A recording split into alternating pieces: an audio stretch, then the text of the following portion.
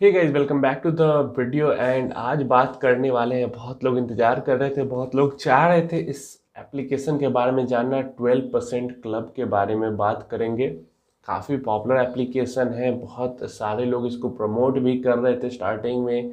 और मेरा क्या पॉजिटिव है मेरा या निगेटिव है, इसके बारे में मेरी राय क्या है ये जानेंगे। और देखो, बेसिकली इस ऐप से रिलेटेड जो रिस्क्स हैं उनके बारे में बात करेंगे, और क्या आपको इसके अंदर में इन्वेस्टमेंट करनी चाहिए या बोरोइंग करनी चाहिए या नहीं करनी चाहिए, उसके बारे में बात करेंगे।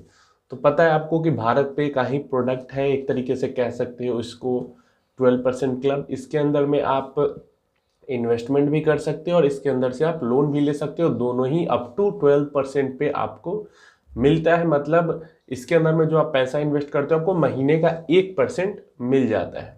और इसके अंदर में एक खास बात है, इसमें इसके एप्लीकेशन में डेली का इंटरेस्ट, अगर आपने 1 लाख रुपए अगर इसके अंदर में इन्वेस्ट किए हैं तो अराउंड 33 रुपीज़ आपके पर डे के बनेंगे, और उसको पर डे के पर डे आप विड्रॉ भी कर सकते हो। और ना ही इसके अंदर में इन्वेस्टमेंट करने का कोई चार्ज लगता है, ना ही लोन लेने का कोई चार्ज लगता है, ना ही डेली विड्रॉल आप करते हो उसका कोई चार्ज लगता है। तो किसी भी तरीके का कोई फी, कोई चार्ज नहीं लगता है, एकदम ट्रांसपेरेंट है सब कुछ। तो ये काम कैसे करता है इसके बारे में बात करते हैं। यहाँ पे थोड़ा सा बताऊंगा कि कैसे ये काम करता है, और उसके बाद इसके रिस्क के बारे में भी बात करेंगे। तो दोस्तों, अगर क्लियर हम यहाँ पे बात करें तो जो 12% क्लब है वो एक प्लेटफॉर्म है। जो आप लोन लेते हो आपको 12% क्लब लोन नहीं देता है, और जो आप इन्वेस्ट करते हो आप 12% क्लब में इन्वेस्ट नहीं करते हो। ये एक फिनटेक कंपनी है, फिनटेक स्टार्टअप है कह सकते हो।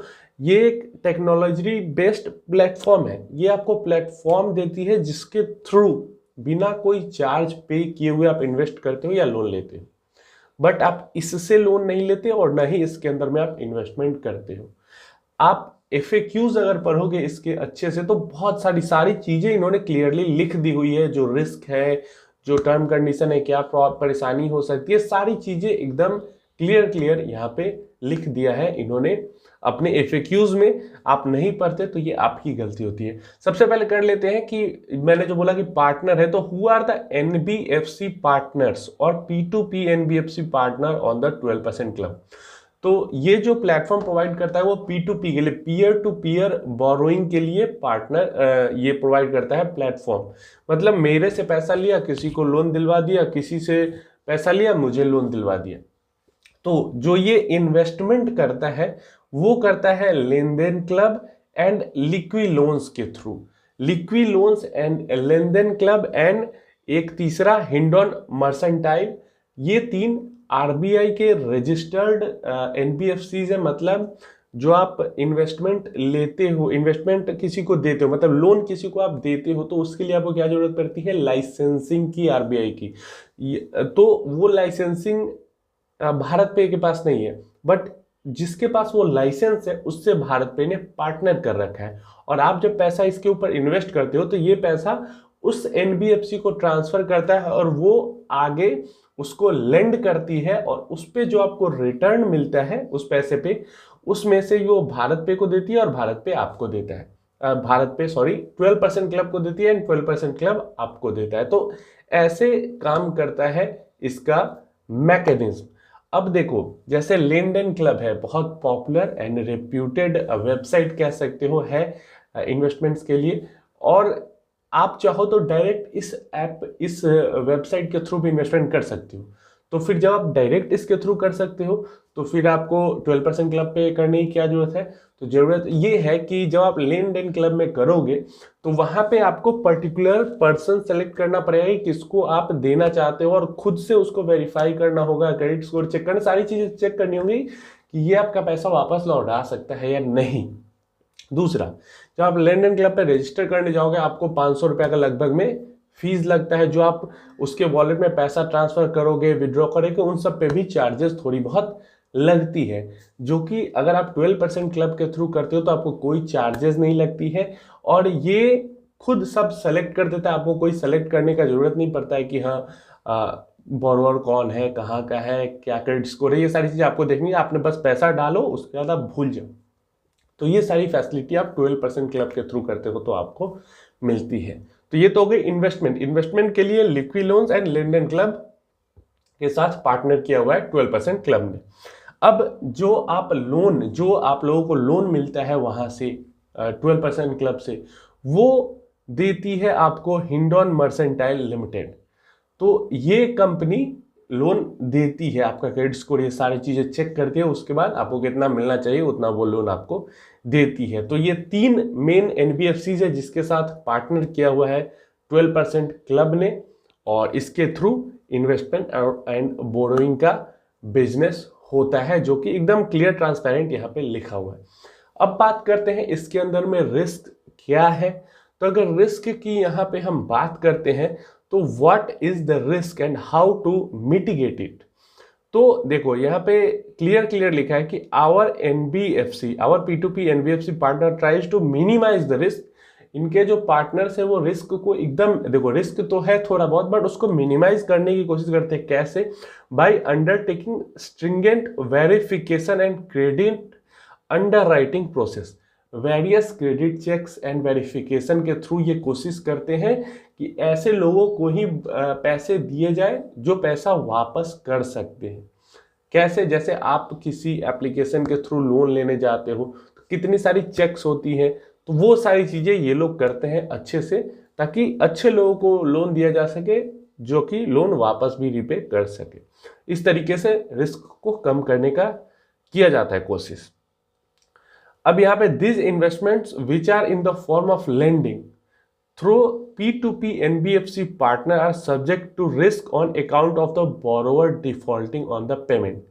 तो यहाँ पे क्या है कि जो हमारे P2P जो पार्टनर है NBFC, उसके थ्रू जो हम लोन दे रहे हैं, उसमें रिस्क ये होता है कि जिसको लोन दिया है वो अगर डिफॉल्ट कर जाएगा तो फिर वो आपका रिस्क है, वो पैसा आपका जाएगा, उसमें ये एप्लीकेशन कुछ नहीं कर सकती है। और इतना तो रिस्क रहता ही। आप स्टॉक मार्केट में इक्विटी में इन्वेस्ट करते हो, अगर कंपनी डूब जाएगी तो ब्रोकर आपको पैसा नहीं देता है, वो कंपनी डूब गई तो गई, वो आपका नुकसान हो जाता है। अब यहाँ पे एक चीज और, in case of any default we do regular follow up. कोई डिफॉल्ट होता है तो उस पर फॉलोअप करके कोशिश करते हैं कि अच्छे तरीके से पैसे को रिकवर कर लिया जाए, और बहुत कम डिफॉल्ट रेट रहता है। अब यहाँ पे what happens if any borrower fails to repay, who bears the risk. तो please note that we along with our P2P NBFC partner, पहले क्वेश्चन समझ लो कि क्या होगा अगर कोई जिसको लोन मिला है, जो मैंने इन्वेस्टमेंट किया है वो पैसा आगे किसी को मिला है और वो नहीं देता पैसा, वो उसके पास पैसे ही नहीं है, वो कैसे देगा? तो फिर क्या होगा? तो ऐसे में होगा ये कि जैसे please note that we along with our P2P NBFC partner try to minimise risk by undertaking stringent verification and, जो चीज़ें मैंने बताई कि हाँ वेरिफिकेशन करता है, क्रेडिट चेक करते हैं कि बढ़िया है नहीं, और अगर फिर भी कोई फेल कर जाता है रीपे करने में, when an individual borrower defaults it can impact the pool of investors against whom the loan was made. तो देखो, जैसे आपने जो पैसा दिया वो किसी एक आदमी को नहीं जाता पूरा। अगर आपने 1000 रुपए लगाया है तो समझो वो 100 करके 10 आदमी को मिले हैं, और वैसे ही 100 लोगों से 100 करके एक जगह पूल जमा करके और फिर एक आदमी को लोन दिया जाता है, ताकि इस तरीके से भी जो रिस्क है उसको कम किया जाए। अगर 10 लोगों को 1000 रुपए में से 10 लोगों को 100 रुपए मिले हैं, अगर 10 में से एक डिफॉल्ट भी कर जाता है तो आपका 1000 में से 100 रुपए का उसमें से नुकसान होगा, और ऐसे ही ये काम करता है। जैसे कि यहाँ पे दिया when for example if your 3000 rupees is spread across 100 loan, 3000 रुपए आपने इन्वेस्ट किए हैं जो कि 100 लोन में 100 लोगों को लोन दिया गया है, बांट कर थोड़ा करके, and the borrower default the potential loss is 30 rupees, क्योंकि 100 लोगों को दिया गया 3000, तो 30 रुपए का ही आपको नुकसान वहां पे होगा। Multiple lenders invest in multiple borrowers, बहुत सारे इन्वेस्टर्स हैं जो कि बहुत सारे लोन लेने वाले बोरोवर्स में इन्वेस्टमेंट करते हैं। Essentially, for an 3000 loan, there are multiple lenders who invested in that 3000 loan, and if that loan defaults, all the investors who have invested in that loan lose the built-in offer। जैसे इसने बताया कि 3000 रुपए, जैसे बहुत सारे लोग हैं जिन्होंने 3-3 हजार रुपए इन्वेस्ट किए हैं, और उन सारों के ही 100 लोगों में बांट के उसको लोन दे दिया गया है। तो अगर कोई एक डिफॉल्ट कर जाता है वहां पे, तो जो सारे लोगों ने 3-3 हजार रुपए इन्वेस्ट किए उनके 30-30 रुपए का वहां पे नुकसान हो जाएगा, और ये जो नुकसान है वो इन्वेस्टर का ही होगा। ये बात आपको ध्यान रखना है। और ऐसे ही देखो, जैसे म्यूचुअल फंड जैसे काम करता है, म्यूचुअल फंड में बहुत सारी कंपनी आप इन्वेस्ट करते हो, उसमें से एक कंपनी अगर डिफॉल्ट कर जाती है, बंद हो जाती है, तो आपका छोटा सा नुकसान जैसे होता है वैसा ही छोटा सा नुकसान, क्योंकि बहुत सारे लोगों में वो लोन बांटा गया है, अगर एक डिफॉल्ट करता है तो छोटा सा नुकसान आपको होता है। अब यहाँ पे एक और क्वेश्चन आ जाता है लिक्विडिटी का। लिक्विडिटी की इशू अगर आती है इस ऐप के अंदर में तो क्या होगा? Are there any withdrawal charges? There are no withdrawal charges. And what can you withdraw invested amount before the loan matures? Can the invested amount be withdrawn partially? Yes, withdraw कर सकते हैं, जब चाहे withdraw कर सकते हैं, जब चाहे इन्वेस्ट कर सकते हैं। अब एक चीज यहाँ पे जो कंसर्न होगा लोगों का, what are the parameters for dealing with a withdrawal when there are various lenders wanting to withdraw the invested money at the same time that has already been disbursed? तो यहाँ पे सेम इशू अभी कुछ सालों पहले 2020 crash के time Franklin जो mutual fund house है उसके साथ जो हुआ था, वह वो सिनारियो अगर यहाँ पे हो जाता है तो क्या होगा, ऐसा ये सवाल है। जैसे कि जितने भी इन्वेस्टर्स हैं जिन्होंने इन्वेस्ट किया हुआ है 12% क्लब के थ्रू, और उन सबका पैसा लोन आगे डिस्बर्स हो चुका है, और अगर मेजॉरिटी में जो इन्वेस्टर्स हैं वो एक ही दिन रिडीम करने लगे कि मुझे आज ही सारा पैसा चाहिए वापस, तो ऐसे में क्या होगा? अब ऐसे में तो कोई भी कंपनी, अगर सारे इन्वेस्टर एक साथ पैसा निकालने लगेंगे तो कोई भी कंपनी तो वैसे निकाल के दे नहीं सकती।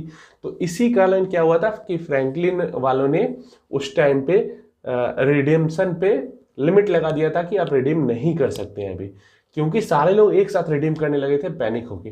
तो वैसा ही अगर कुछ पैनिक सिनेरियो आता है ऐप के साथ और एक साथ सारे लोग अगर विड्रॉ करने लगते हैं तो क्या होगा? तो यहाँ पे सवाल का जवाब दिया गया है कि our P2P NBFC partners have secondary market. There is no guarantee of liquidation by the 12% club. If there is a run on the platform, the worst that can happen is the money will come in staggered way depending on the underlying tenure of the loan. A run on the platform does not mean the underlying loans are bad. It just means the lenders has to wait longer to get their money back. देखो, जो इसका एकदम perfect जो इस query का answer होना चाहिए वो इन्होंने पूरा दिया हुआ है यहाँ पे लिख के, कि देखो कि जैसे मैंने इन्वेस्ट किया और वो किसी को लोन दिया गया, तो लोन दिया गया है तो लोन तो टाइम पीरियड के लिए दिया गया, 3 महीने के लिए, 6 महीने के लिए, साल भर के लिए। अब लोन दे दिया साल भर के लिए, उसको ये तो नहीं कह सकते कि मुझे अभी का अभी पैसा वापस करो। तो अगर कम लोग रिडीम करते हैं तब तो इसका पैसा उसको, उसका पैसा उसको देकर ये ऐप आराम से उसका काम चला सकती है। बट अगर सारे लोग विड्रॉ करने लगेंगे तो वर्स्ट केस सिनेरियो ये हो सकता है उसके अंदर कि लोगों को वेट करना पड़ सकता है। पैसा डूबेगा ये नहीं कह रहा, लोगों को वेट करना पड़ सकता है 5-6 महीने तक, ताकि जो टेन्योर लोन का है वो पूरा हो सके और तब ये पैसा वो उनको मिल जाए। तो दोस्तों, एज एन इन्वेस्टर जितने सारे रिस्क इसके अंदर में थे वो सारी चीजें मैंने आपको बता दिया। Withdrawal related risk and investment related risk. P2P platform है, P2P इन्वेस्टमेंट यहाँ पे हो रही है, तो थोड़ी सी जो रिस्क जो बनती है, और रिस्क को भी एक तो 2 तरीके से यहाँ पे रिस्क को कम करने की कोशिश की गई है। पहला, सारा वेरिफिकेशन, क्रेडिट वर्थनेस ये सब चेक करके, और दूसरा आपके 1000 रुपए को भी बहुत सारे लोगों के अंदर में स्प्रेड करके कि अगर एक डिफॉल्ट भी करता है तो 10 रुपए के डिफॉल्ट कर जाने से कोई फर्क नहीं पड़ता। तो इस तरीके से मेरा अगर राय, पर्सनल ओपिनियन माने तो मैं थोड़ा सा इस ऐप के तरफ पॉजिटिव साइड में हूँ। मुझे ये ऐप अच्छा लगता है। आप जो लिक्विड मनी है आपके पास वो आप इसके अंदर में डाल सकते हैं, और 1% के आसपास आपको मंथली, एक तो ये सबसे बड़ा मुझे पॉजिटिव पॉइंट इसका लगता है कि 1% के आसपास आपको मंथली मिल जाता है, और दूसरा डेली आपको डेली विड्रॉल आप कर सकते हैं। और इन्वेस्टमेंट के लिए भी कोई मिनिमम अमाउंट नहीं, आप 1000 रुपए से भी इन्वेस्टमेंट इसके अंदर में स्टार्ट कर सकते हैं। 1000 कर दिया, फिर कभी 1000 है, फिर 1000 कर दिया। एक चीज आपको ध्यान में रखना है कि इसके अंदर में जो आपको इन्वेस्टमेंट मिलता है वो वापस री इन्वेस्ट खुद से नहीं होता है। तो आप टाइम टू टाइम इसके अंदर में जो इंटरेस्ट मिलता है उसको आप रिडीम करते रहें, क्योंकि जो इंटरेस्ट उसके अंदर पड़ा हुआ है वो वैसे ही पड़ा हुआ है, उस पर आपको कुछ प्रॉफिट नहीं मिल रहा। जो कैपिटल आपका इसके अंदर में इन्वेस्टेड है, आपको प्रॉफिट उसके अंदर में ही मिलता है। कोई भी क्वेश्चंस इस ऐप के रिस्क से रिलेटेड आपके होंगे तो वो आप नीचे कमेंट बॉक्स में पूछ लेना। मुझे जितना समझ में आया, जो रिस्क रिलेटेड फैक्टर्स थे, वो सारी चीज़ें मैंने आपको बता दी। मुझे ये सही लगता है एप्लीकेशन। एंड बहुत सारे लोग को विड्रॉल रिलेटेड कंसर्न थे कि विड्रॉल नहीं होता है, तो मैंने यूज करके देखा है, एकदम इंस्टेंट विड्रॉल होता है। आप वहां पे विड्रॉल पे क्लिक करोगे, जितना अमाउंट आपको विड्रॉ करना है, और आपको बैंक का मैसेज आ जाएगा कि पैसा आपको विड्रॉ हो गया। इतना फास्ट ये काम करता है। हो सकता है कभी कभी अब टेक्निकल चीजें ही हैं, सर्वर इशू के कारण या किसी भी इशू के कारण हो सकता है कभी कभी थोड़ा लेट हो जाए, बट मुझे जितने भी बार मैंने विड्रॉ करा है या फिर इसके अंदर इन्वेस्ट करा है या पेमेंट करा है, उन सारी चीज़ों में मुझे एकदम इंस्टेंट काम करता है। बिल्कुल भी वहाँ पे लैग आपको फील नहीं होता है। और अगर इंटरफेस की बात करें, जो इंटरफेस है एप्लीकेशन का, इतना आसान है, इतना आसान है, इतना इजी है कि जिसको टेक्नोलॉजी नहीं भी समझ में आती वो भी पहली बार यूज़ करेगा और बस इंग्लिश के 2-3 वर्ड्स आएंगे उसको तो समझ में आ जाए कि इसमें करना कैसे है, क्या और क्या क्या करना है। और भी ज़्यादा डिटेल में जानकारी चाहिए तो FAQ इसका पूरा पढ़े, आपको सारी चीज़ें समझ में आ जाएगी। देखो, कहने के लिए रिस्क न के बराबर है, इसके अंदर रिस्क न के बराबर है, बट क्योंकि 0.1% भी रिस्क है, इसलिए एप्लीकेशन को लिखना पड़ेगा अच्छे से कि हाँ रिस्क है, इन्वेस्टमेंट आप करें तो ये ध्यान में रख के बात करें, तो ये सारी चीज़ें है इसके अंदर। तो अगर आप इस एप्लीकेशन को यूज़ करना चाहते हैं तो मैंने डिस्क्रिप्शन बॉक्स में लिंक दे दिया है इसका, वहाँ से आप इसको डाउनलोड करिए और यूज़ करिए, इन्वेस्टमेंट करिए इसके अंदर में और फ़ायदा उठाइए इस एप्लीकेशन का। आप टेंशन फ्री हो के, मैं एक तरीके से कह सकता हूँ कि टेंशन फ्री हो के इसके अंदर में आप इन्वेस्ट कर सकते हैं। और इसके अंदर में एक रेफर एंड अर्न का भी ऑप्शन होता है। तो जब आप इन्वेस्ट करें और उसके बाद जो भी आपके भाई लोग या फिर दोस्त जो भी है, उनको आप ये रेफर भी कर सकते हैं और कुछ रेफर करने के आपको बेनिफिट्स भी मिलेंगे इस एप्लीकेशन के। वो आप इसके जब आप अकाउंट बनाएंगे तो उसके बाद रेफर एंड अर्न के ऑप्शन में आपको दिख जाएगा कि क्या क्या बेनिफिट्स रेफर करने से आपको मिलते हैं। अगर अकाउंट ओपनिंग की बात करें तो नॉर्मल जैसे सारे अकाउंट्स ओपन होते हैं इन्वेस्टमेंट वाले जो प्लेटफॉर्म्स होते हैं उनके, वैसे ही आपको अकाउंट ओपन हो जाएगा। एक KYC करना होगा, सारी चीज़ें ऑनलाइन हो जाएंगी, कोई पेपर वर्क नहीं है और आप रेडी टू इन्वेस्ट हो जाएंगे। तो इन माय ओपिनियन आप चाहे तो यूज़ कर सकते हैं, लिंक मैंने डिस्क्रिप्शन बॉक्स में दे दिया है। एक बात मैं कहूँगा, अगर आप नए हैं, इसके बारे में नहीं जानते हैं, इसको कभी ट्राई नहीं किया है, एक बार आप ट्राई करके देखो। आप एक काम करो, एप्लीकेशन को लिंक मैंने दिया है, वहाँ से इंस्टॉल करो एंड 1000 रुपये, 2000, 5000, 10,000 छोटा सा अमाउंट इसके अंदर में डालो और देखो कि ये काम कैसे करता है। एक बार समझ में आ जाएगा तो ये आपको काफ़ी अच्छा लगने लगेगा। ये डेली इंटरेस्ट वाला जो इसका फैक्टर है वो काफ़ी अच्छा है। तो एक बार आप 5-10 हज़ार डाल के देखो, छोटा अमाउंट, आपको समझ में आएगा कैसे काम करता है। उसके बाद अगर आपको अच्छा लगे इसके अंदर तो और ज़्यादा अमाउंट आप डाल सकते हो, और नहीं समझ में आया तो हटा देना, क्या फ़र्क पड़ता है। तो दोस्तों ये इन्फॉर्मेशन थी 12% क्लब के बारे में। वीडियो इन्फॉर्मेटिव लगी तो वीडियो को लाइक कर देना, कुछ क्वेश्चन क्वेरीज है तो कमेंट कर देना, सब्सक्राइब नहीं किया चैनल को अभी तक तो सब्सक्राइब कर देना और बेल आइकन को प्रेस कर देना ताकि जो वीडियोस इन्फॉर्मेटिव में ऐसी लाते हैं उसको आप बिल्कुल भी मिस ना कर दे। आप हमारे काम को सपोर्ट करना चाहते हैं तो हमारे चैनल को एज ए मेंबर ज्वाइन करके भी सपोर्ट कर सकते हैं। सब्सक्राइब के बगल में आपको ज्वाइन का बटन भी दिख जाएगा।